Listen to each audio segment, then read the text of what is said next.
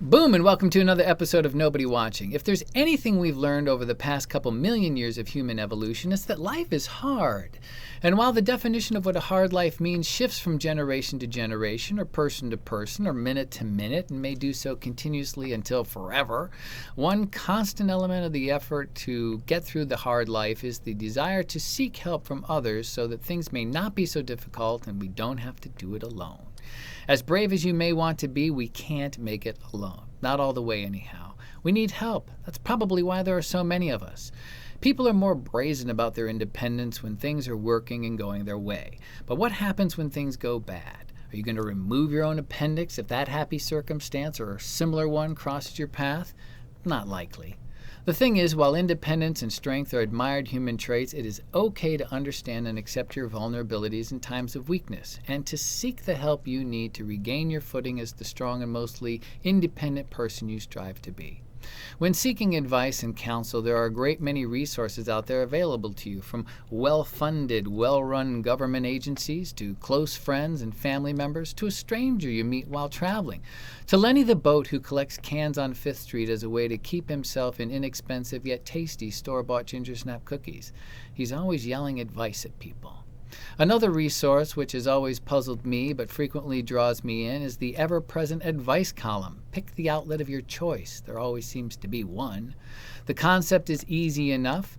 You have a problem, you seek guidance and insight to help resolve your problem, so you write a letter to this person, this stranger, generalizing the details of your situation, changing names to protect the innocent, and adding just enough fiction so nobody will know it's you, all with the hope that this person will grace you with their wisdom in the form of a public response in either a periodical or website or whatever, which will empower you with that new knowledge or affirmation to find a resolution to your problem and then happily go on being the great you that you are.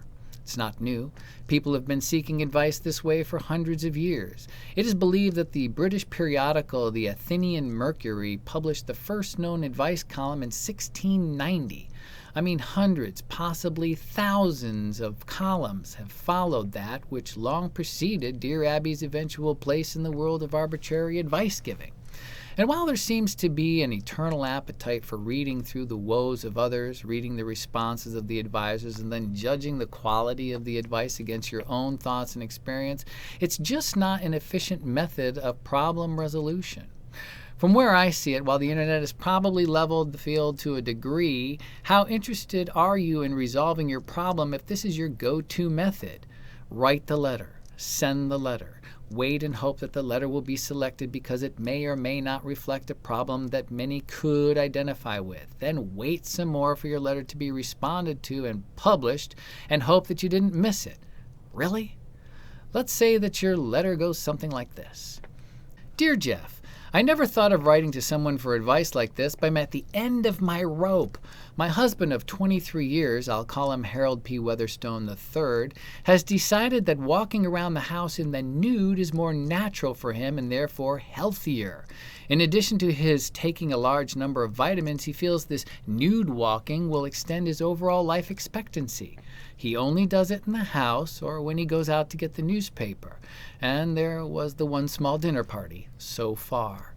Should I be worried? I love him very much and he's very good with the kids. But I'm not sure I can get behind this new health kick. P.S. He's also taken to growing his own organic weed in the basement. Help! Signed, Hi, but not loving the nude. Now what? In such a circumstance, are we supposed to believe that Hi, but not loving the nude who claims to be at the end of her proverbial rope is now going to wait patiently for however long it takes for some advice, insight, and direction to right what's going wrong in her world while the new Adam she lives with operates his subterranean organic weed operation in the altogether? Where's the urgency? How much of a problem is it if you can wait for quite a long time to approach resolution?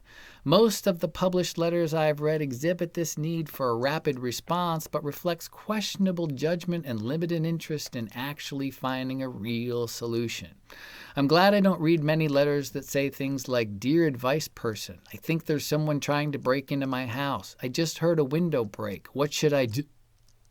As they say, there is a time and a place for everything, which I guess includes advice columns. But if advice columns are key to your plan for success in this life, I wish you very few problems and all on a very small scale. I mean, you just won't have the time. On the other side of it, I can't see you having much luck with the real-life applications either. How would it work? Excuse me. I think our relationship has really hit a snag, what with your refusal to bathe and my longing to marry the dishwasher. Let me just finish this letter, and when I hear back, we'll get it all worked out.